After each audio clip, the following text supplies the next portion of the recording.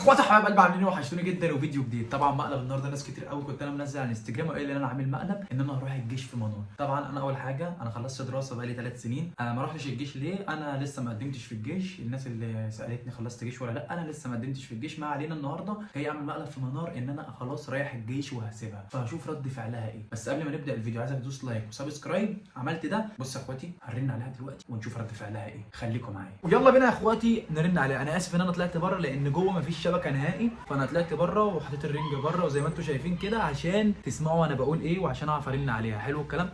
فانا اسف بقى لاي صوت هتسمعوه في الشارع، بس غصب عني عشان انا قاعد بره والله. فيلا هنرن عليها، ربنا يستر.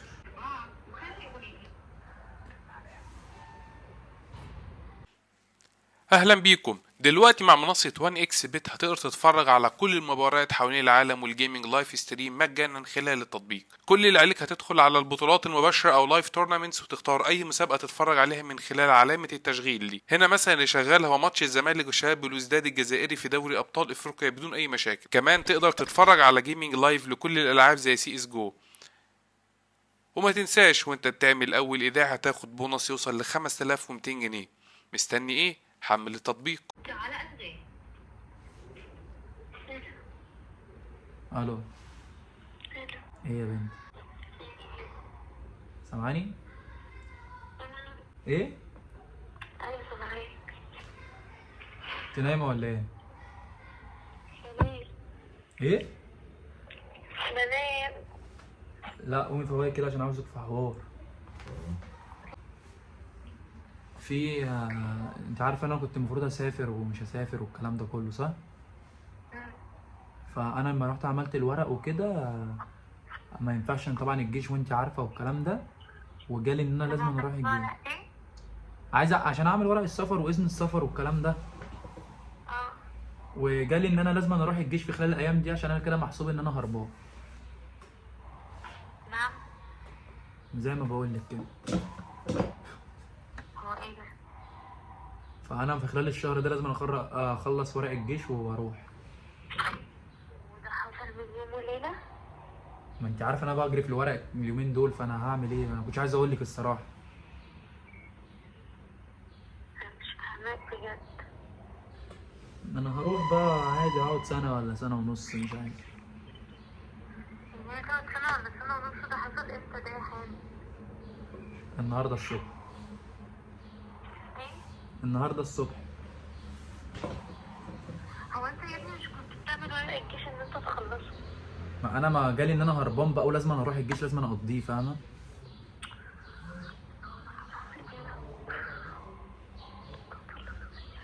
لا يا حامد مفيش جيش يا حامد. يعني ايه مفيش جيش؟ ما انا كده مش عارف اقضي اي مصلحه حكوميه ومش عارف اقضيها. لا يا حامد بيروحوا الجيش بيموتوا فيه يا حامد. يموتوا ايه يا ستي؟ ما انا اصحابي كلهم راحوا الجيش وخلصوا. لا يا حامد. وايه اللي لا وايه اللي بيموتوا فيه؟ يعني انا لو بره مش ومكتوب لي ان انا اموت مش هموت مثلا؟ ايوه لا يا حامد. لازم انا اروح يا بنتي خلال الاسبوعين دول، لازم أنا امشي. ايه؟ لازم خلال الاسبوعين دول لازم أنا امشي على الجيش، فانا بكلمك اعرفك. هو انت يعني عملت كل حاجة وانا في الاخر حاجة بتكلمني تعرفني؟ ما انا دلوقتي لو مشيت في اي مكان راح اقضي مصلحه وكشف على بطاقتي، لو انا هربان من الجيش هتحبس، هقضي مده الجيش دي في حبس ومواضيع وحوارات. هو ايه ده بجد؟ مش عارفة. ايه؟ حامد لا يا حامد بجد. ما انا بصي لازم أنا امشي وهقضي بقى الجيش وخلاص، فانا هقعد تقريبا 45 يوم ما اعرفش حاجه عنك، فانا بكلمك اعرفك. اقعد سنه ولا حاجه اخلص جيشي ونرجع بقى نتجوز ولا نشوف حياتنا. انا ايه يا حامد مفيش جيش السنة دي؟ والله في. بتضحك عليا؟ والله في عشان انا يعني عشان مكمل دراستي وكده، فيه هقضي سنه بس. وانا بقول لك لا يا حامد. يا ما ينفعش لا يا منى، لازم انا امشي على الجيش. انا راح بكره اخلص كمان، راح بكره احلق شعري و... وهقدم الورق عشان يمشي الكلام ده.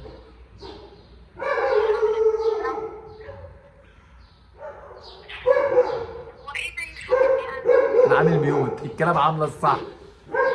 امشي. لازم تعيط؟ ايه؟ لازم تعيط انت بعد ما قررت كل حاجة؟ جاي بترحمني يعني ما كل ده خلص الصبح لازم انا اعرفك. ايوه لازمتي ايه في حياتك اصلا وانت حددت كل حاجه روتين؟ ما هو لازم انا اعمل ايه طيب؟ ثواني. فهعمل ايه طيب؟ ازاي يا رب؟ محمد هو ايه ده يعني؟ طب قولي لي انا اعمل ايه دلوقتي؟ انا افضل قاعد بقى وتسميت ان انا تعمل انت ما انت قلت هتخلص الورق ده يا حازم. ما فيش ورق. رحت اقضي اعمل الورق اخلصه ما نفعش. قال لي لازم يا حبيبي تخش طب الجيش وانا اخر واحده بقى، انا اخر واحده انت تقول لي بعد ما انت قررت كل حاجه صح؟ ما هو مش قرار انا، ده قرار الحكومه. طيب اعمل ايه؟ ايوه انت حتى ما جيتش قلت لي ده انا حاصل كده كده وانا قلت لي لسه رايح. يا حبيبتي الكلام ده حصل الصبح لسه ما كملناش يعني. انت المفروض انت رايح تقول لي اصلا هو ايه اللي حصل الصبح ولا بالليل؟ ما انا ما كنتش عاوز اقول لك بس عشان ما اضايقكيش. طب ما انت هو يا حبيبي اتضايقتني. طب قولي لي انا اعمل ايه طيب؟ قولي لي حل وانا هعمله. لا ما اعرفش بقى. يعني ايه؟ ما انا لازم امشي يا منار على الجيش. ايه؟ يعني انا اللي اعرف دلوقتي طيب ولا اعمل ايه؟ مش فاهم.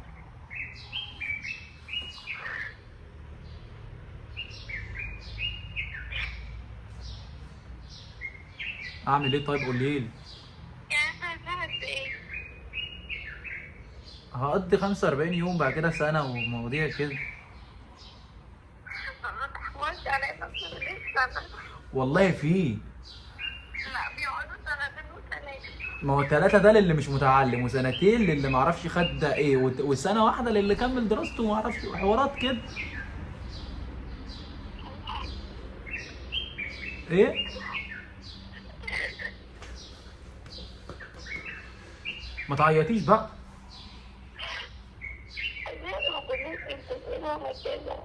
ماشي ما تعيطيش، هو امر واقع. طب هنعمل ايه؟ طب لازم انا اخش. هو ايه اللي لا؟ مش انت نفسك قلت لي من فتره ما تخش الجيش وخلص؟ انا ما قلتش كده، ما تحورش على نفسك، انا عمري ما قلت كده. بس تكذب ليه؟ مش بمزاجي. طب يا منار اعمل ايه طيب؟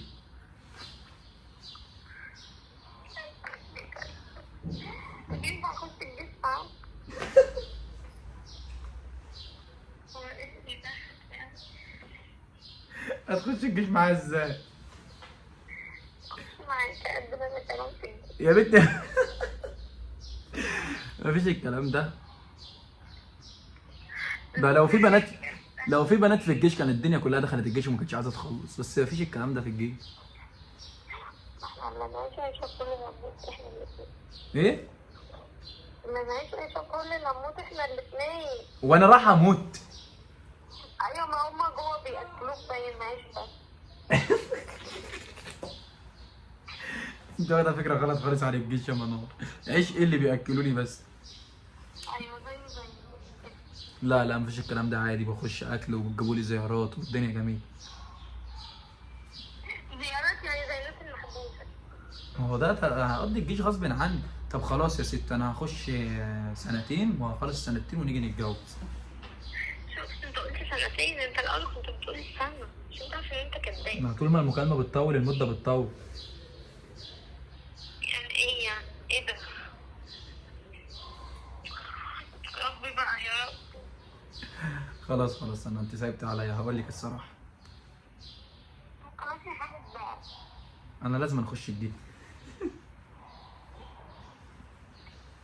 خلاص والله العظيم بصور مقلب اقسم بالله.